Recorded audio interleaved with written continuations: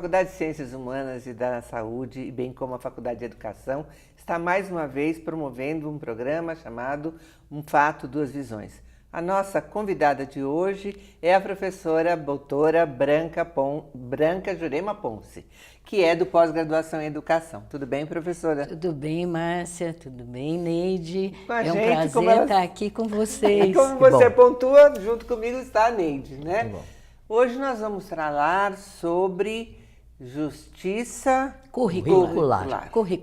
Justiça curricular. O que quer dizer isso, professora? Eu vou falar no plural. Nós somos um grupo de professores, de pesquisadores, de militantes, professores militantes, que trabalhamos com um tema dentro do tema do currículo, dentro da área de currículo, que é o tema da justiça, né? E temos trabalhado um conceito, justiça curricular. E o que quer dizer justiça curricular? Não, é um currículo justo? Então, esse é um questionamento. Por que não falamos currículo justo e falamos justiça curricular? Mas eu quero começar mais de longe um pouquinho na história, né? Lembrar um pouquinho a que veio o currículo. O currículo escolar tem uma história. Ele nasce junto com os Estados Nacionais e ele vem com a ideia de que, na verdade, a escola tem um papel a cumprir, né, que é dar uma identidade às nações. Eu vou te cortar um pouquinho para a gente, porque às vezes tem algumas frases que, para nós que estamos na academia, vão que vão, né? Sim. E o que é os Estados Nacionais? A que se refere? Sim, então tá. A gente tem que voltar mesmo na história. Então, na verdade, assim, quando a gente passa do sistema feudal, eu acho que é um pouco mais conhecido, para o sistema capitalista, o mundo se reorganiza. Se reorganiza geograficamente, historicamente, socialmente. Enfim, esta passagem do Brasil, da França. Isso, o Brasil é uma nação, a França é uma nação. Enfim, as nações vão se organizar e elas precisam de instituições. Uma instituição fundamental na organização das nações é a escola. Os sistemas de escola pública, né? No Brasil nós tivemos isso tardiamente, no início do século passado, né? Exatamente na primeira metade. No começo, no Brasil, então, as escolas não eram públicas? Não eram públicas. A gente vai ter um sistema público se organizando embrionariamente na primeira metade do século XX. Então, o currículo ele vem muito ligado a essa ideia de nação. Hoje ele é internação, ele é internacional na medida em que a gente teve um deslocamento do eixo econômico. O eixo econômico não está mais nos estados. Ele é na verdade, a economia se internacionalizou e os estados hoje estão à mercê de regras internacionais. Então, por exemplo, o currículo é impactado por isso. A palavra currículo acaba, para algumas pessoas, trazendo a organização da escola, né? Uma questão de uma organização, o Estado, o público ou particular. Então, cada unidade teria que ter um currículo, uma organização. Mas você articula o seu tema, junto com essa organização, a palavra justiça. Sim. Então, esta organização, no passado, ela era injusta, desorganizada. Como era esta organização para vocês avançarem chegando nessa área temática? Isso. Então, na verdade, o currículo ele traz as duas possibilidades. Ele traz a possibilidade de formar as pessoas para aquilo que os estados precisam e nem sempre aí ele se exerce como justiça, ele se exerce muitas vezes como uma violência, né? E ele tem, ao mesmo tempo, a sua possibilidade de emancipar. Então, você pode falar em violência curricular e justiça curricular. Você diz que quando, então, nós temos um determinado governo com um determinado objetivo, não necessariamente justo, ele interfere na escola no sentido de criar um aprendizado, uma forma de conhecer o mundo que enviesa para um determinado lugar. Márcia, eu vou contar um episódio que a gente viveu mundialmente, que aqui a gente viu a guerra no Iraque isso foi bem no início deste milênio, né, na verdade. A guerra no Iraque foi a primeira guerra que a gente assistiu pela TV em tempo real. Isso é impressionante, né? Você lembra a data, mais ou menos, para o público por ter uma volta, ideia? o quê? 2002, Já em 2000. ali, é na primeira década, bem no início da primeira década. E aí, a primeira guerra que a gente assistiu, que foi impactante demais, você via a coisa acontecer assistindo, né? 2 dias depois da guerra do Iraque, estava estampado na grande imprensa, nas primeiras páginas da nossa grande imprensa, inclusive, que o currículo escolar tinha sido modificado. Assim que foi assumido pela junta que assumiu o governo após a guerra e a assunção do Iraque pelos Estados Unidos, a gente teve uma mudança no currículo. O currículo é um lugar de poder. É um lugar que eu uso e as pessoas sabem, as pessoas poderosas sabem muito bem disso. É um lugar que você tem que disputar para dar direções políticas, econômicas, sociais. E você vê que agora, né, Branca, o nosso governo está fazendo uma propaganda. Base Nacional Comum Curricular. Isso. Estamos alterando o currículo. Propaganda ou não, essa é uma informação que está sendo veiculada, né? E aí você está dizendo para nós que nós temos que ficar atentos. Muito. Porque pode ser uma medida para melhorar, mas pode ser uma medida de controle, de jogos de poder. É isso que nós estamos percebendo? É isso que nós estamos percebendo. Pode ser uma medida, não, é uma medida de controle, né? Nós tivemos um avanço da democratização no Brasil que a gente pode verificar isso com dados quantitativos e com dados qualitativos. Nós avançamos no número no acesso escolar, então hoje nós temos quase todos os nossos alunos nas escolas. Sim. O que não quer dizer que nós conseguimos democratizar a escola, né? Ainda faltam vagas, mas são poucas, perto do que já tivemos. Nós temos um número bastante significativo de tempo, nós temos uma obrigatoriedade extensa da nossa educação. Enfim, nós avançamos e isso foi durante este início de século. Mas nós sofremos uma ruptura em 2016, exatamente porque avançamos, exatamente porque estávamos em luta pela democratização do acesso, da permanência do aluno, exatamente por isso. E a gente avançou em várias coisas, por exemplo, no respeito à diversidade, que a gente luta, né? É preciso atender às diversas pessoas, aos diversos grupos. Branca, ele não pode atender a todos da mesma forma.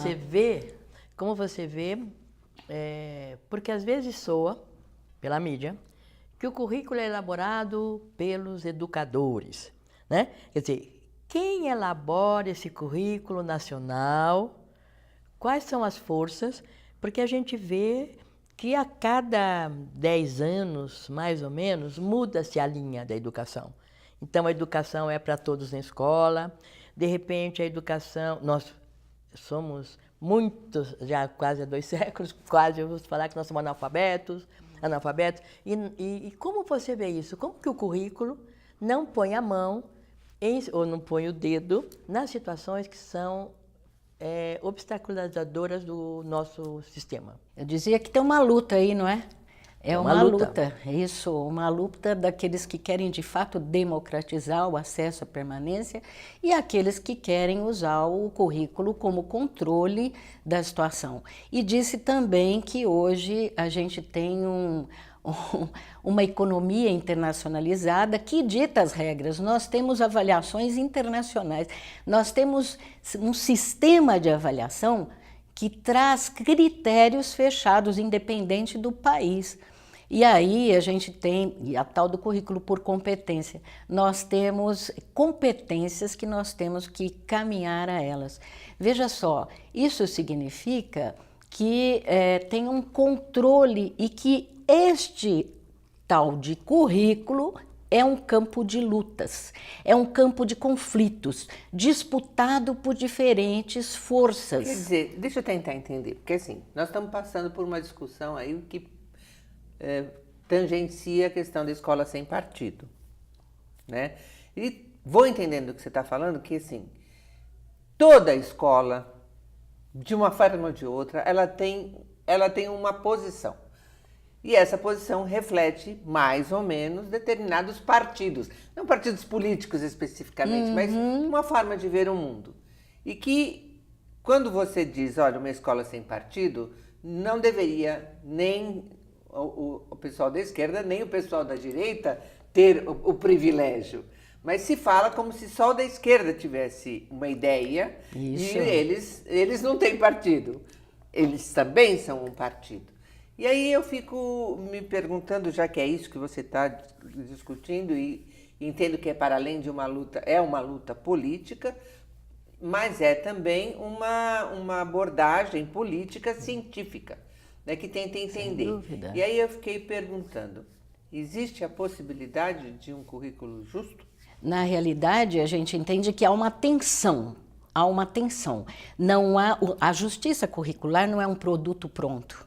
A justiça curricular é uma busca cotidiana que envolve uma luta cotidiana também.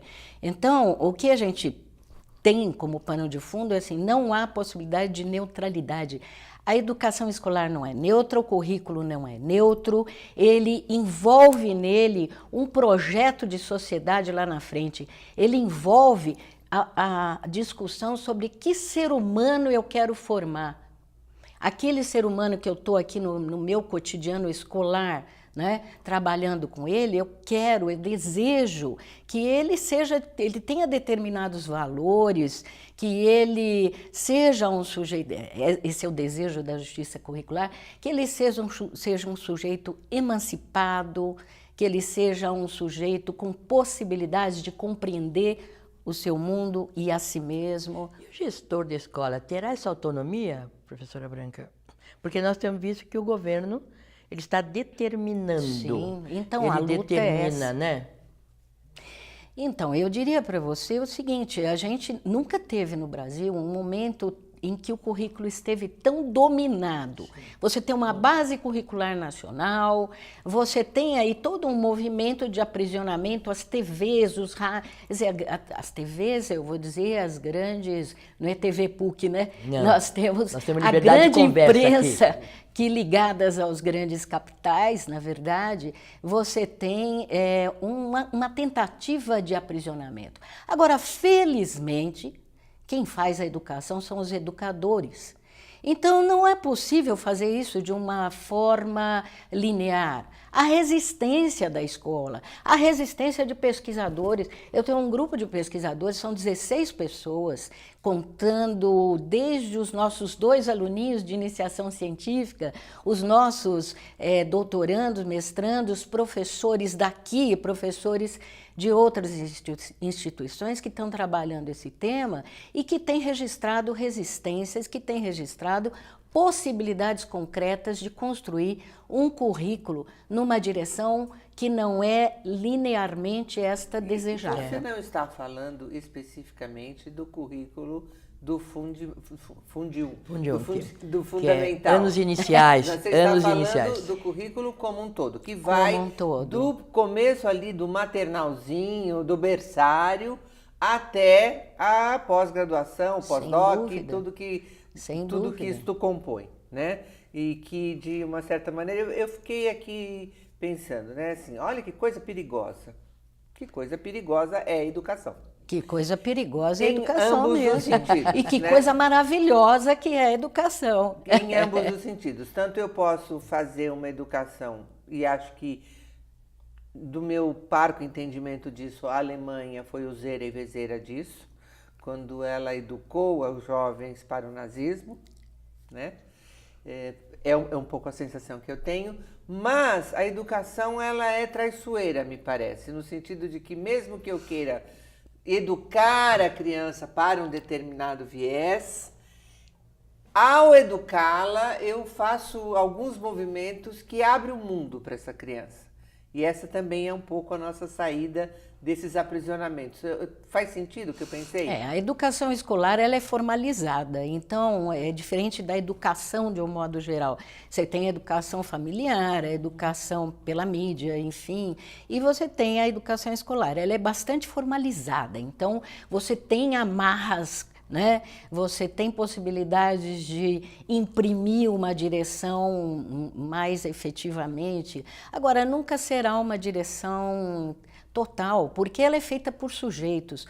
Um dos pressupostos da justiça curricular é que todos os sujeitos do currículo têm que ser cuidados e respeitados nas suas necessidades, né? Então, os sujeitos do currículo, quais são? Os alunos, os professores, os gestores, todos esses são sujeitos do currículo. E eles são merecedores de cuidados. Cada um terá que receber os devidos cuidados do Estado, né? Então, a criança desassistida ou o professor com condições ruins de trabalho, o professor mal formado, isso é violência. Isso é violência. Na verdade, quando a gente quer um caminho da justiça, a gente está buscando, em 3 dimensões, a justiça curricular. Uma é a dimensão do conhecimento. Que conhecimento interessa? A quem? E a quem interessa? Quer dizer, interessa o conhecimento que vai fazer diferença para o aluno, para o professor, um conhecimento que construa a vida digna. Um conhecimento em todas as áreas de matemática, de português, de filosofia, etc., que construa a vida digna. Esse é o conhecimento. Como é que eu trabalho esse conhecimento, construo a aprendizagem com esse conhecimento? Então, tem a escolha do conhecimento, tem a forma como você trabalha isso, tem as condições. Essa dimensão do conhecimento é ampla. Segunda dimensão da justiça curricular, o cuidado. A gente está insistindo que o cuidado na educação e no currículo justo ou na justiça curricular é fundamental. O cuidado não é só importante na educação infantil. Eu preciso cuidar do meu aluno na universidade. Sim. Eu preciso cuidar de todos. Os seres humanos precisam ser cuidados, então tem que estudar essa dimensão para o currículo ser justo. E a terceira dimensão, a convivência. Uma escola tem que zelar por uma convivência democrática, por uma convivência não violenta, Hoje eu estou muito preocupada, eu acho que todos os educadores, com o grau de competitividade que o currículo oficial imprime. Você tem que competir, entrar no ranking, ser melhor que o outro, se fala em protagonismo, que é coisa mais grave. O protagonista é aquele que aparece em detrimento do outro. A gente quer o coletivo, a gente quer todo mundo junto, a gente não quer protagonista. É aí, né, Márcia, que eu vejo que a educação ela não é um perigo. Não, Ela é uma grande alternativa para as pessoas começarem a pensar com essa perspectiva. Ou seja, a própria escola... Eu estou entendendo que quando ela fala em resistência, ela fala num profissional melhor formado, que faz a sua crítica a tudo isso que está vindo para a escola. Então, vem para a escola e fala, tem que ensinar tal coisa. Eu posso ensinar tal coisa de forma ampliada ou restrita. Vai do gestor, vai da competência, porque senão... Eu fiquei pensando também, Branca, que vai da consciência que a gente tem de que no aprendizado eu estou fazendo um recorte do mundo. Sim. Né? Então, assim, eu não aprendo história. Sim. Há uma escolha para isso e há um caminho. Eu não aprendo geografia, né? Eu, recentemente, por conta de estar com a minha filha, que tem alguns amigos em lugares que eu nem sabia que existia, como o Uzbequistão... O Cazaquistão eu sabia, mas o Uzbequistão eu não sabia. Né? E, de repente, eles estavam ali me questionando como as pessoas não aprendem a história da Ásia, incluindo esses países que são países que inicialmente compuseram a União Soviética. Sem dúvida. Né? Por outro lado, não teria tempo numa escola para que a gente estudasse Uzbequistão, Cazaquistão, China e França e América Latina, né? Posso? Pode. Currículo é escolha. Currículo é escolha, em todos os sentidos. Eu escolho o que ensinar.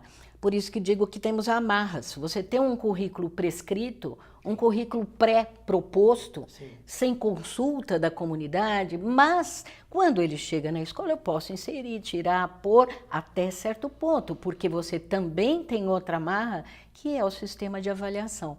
A gente tem um sistema de avaliação externo à escola, com critérios externos, e que estão servindo sempre... Controle, né? É o controle, né? O currículo. Então, a gente fala em violência curricular exatamente nesse momento do controle. Quando eu estava na faculdade, há milênios atrás, a gente tinha a questão Mecuzide. Sim, Nossa. lembro. Passa um 69, 70. Assim, uma coisa mais ou menos semelhante. Então, olha só que os de movimentos. repente a gente teria que estudar determinadas coisas que contemplam outros poderes, que não necessariamente o poder nacional, porque eu vejo, em especial nas universidades, sendo compradas por grandes empresas, a maioria americana, né, e que interferem significativamente no trabalho das nossas escolas, né, e mesmo um outro lado, que é a grande abertura das escolas de outros países para o intercâmbio dos nossos jovens para essa universidade, né? Essas faculdades, esses high school e etc. E tal. O chamado processo de internacionalização não é neutro, não é só bonzinho. E a nossa questão não é ser contra, mas é ser reflexivo sobre. É compreender o que é, na verdade, dar conhecimento. É dar conhecimento das intenções e do fato. Né? Então é preciso compreender esse processo, sem dúvida nenhuma. Eu acho muito importante a palavra que você usou, porque as pessoas não sabem, às vezes não sabem, que não é simplesmente a informação. Traz a compreensão, traz as consequências. Um fato, ele é irrelevante, mas ele torna-se relevante na medida que você começa a compreender e ver as alternativas. Eu lembrei de uma situação que que o sistema de ensino está vivendo. Na UNB estão tendo uma disciplina, a revelia do Estado, sobre a história do golpe, né? E aí o MEC mandou São mais de 50 tirar. já, então, universidades. O MEC mandou tirar. A universidade falou, não tiro.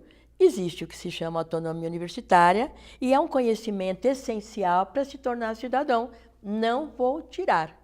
E não vou tirar, não tirou. Então a gente fala, tem controle? Tem. Tem força política? Tem. Mas também as pessoas que estão exercendo têm que dar o seu recado, né, Branca? Sem né? dúvida. E aí o UNB liderou, agora já proliferou. Nossa, tem universidades já fora do Brasil que estão assumindo a mesma disciplina e que estão fazendo aí uma reflexão sobre o golpe. Eu não tenho nenhum prurido em falar golpe.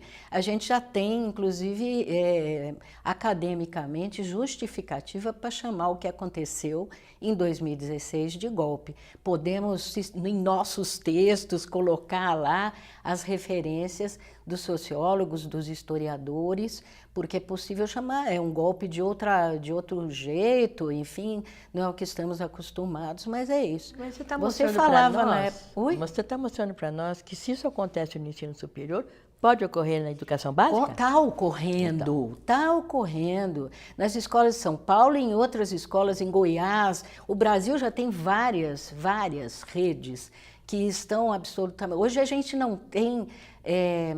É difícil falar isso porque me entristece muito, né? O que é escola pública hoje? Se a gente está privatizando todas as escolas de todas as formas possíveis, né? Manter, e o público não é o gratuito, o público é muito mais, o público é um conceito. Como mantemos hoje a escola voltada para a construção do bem público? Essa é a nossa questão. A educação escolar ela não tem mais as mesmas características. Você falava do MEC USAID e do momento de ruptura que a gente teve ali. Hoje, o momento, de novo, né, na verdade, a luta é assim. Uma hora você vai mais numa direção, outra hora vai menos, enfim. O que aconteceu? A democratização da escola pública brasileira estava ocorrendo. Né? E a gente pode mostrar isso em números, em tudo, quer dizer, em vários sentidos. E aí, peraí, eles disseram, alto lá, não vão passar daqui. E as investidas foram muito violentas. Quando você disse e afinadas. Eles disseram. Eles. Veja, eu não estou pedindo para nomear eles, né? Mas acho que é importante você está de alguma forma dizendo que existem instâncias em que você, ao entrar nessas instâncias, tem um poder sobre isso. Nós vamos entrar num ano eleitoral e isso é importante. Isso, muito importante. Né? Porque, assim, quando eu nomeio um ministro da Educação, um secretário de Educação, eu estou colocando ali um poder. Né? E eu estou assim, 1000 perguntas, 1000 reflexões, né? E o tempo corre. Aceito continuar o debate depois do programa. Então eu vou te dar 1 minuto para você falar uma coisa que você acha que é importante que a gente não falou e que você gostaria de deixar neste ainda, para a gente se despedir dos nossos telespectadores. Então, é muito difícil, né? Eu acho que a gente consiga reunir pessoas que estejam interessadas em que a escola pública e o currículo escolar possa produzir justiça social, possa produzir respeito a todas as pessoas, construção da vida digna e que a gente junte muita gente, porque isso é fundamental. Este programa aqui está sendo assistido provavelmente por muita gente que está interessado nisso e que a gente possa se reunir. Eu acho que isso é importante. Quando eu disse no início do programa que eu tinha no meu grupo militantes, professores, etc., é porque a gente busca essa reunião. Nós estamos no chão da escola pública, coletando dados e fazendo ciência. Obrigada, Branca. Foi um prazer mesmo, por estar comigo e até uma próxima ocasião.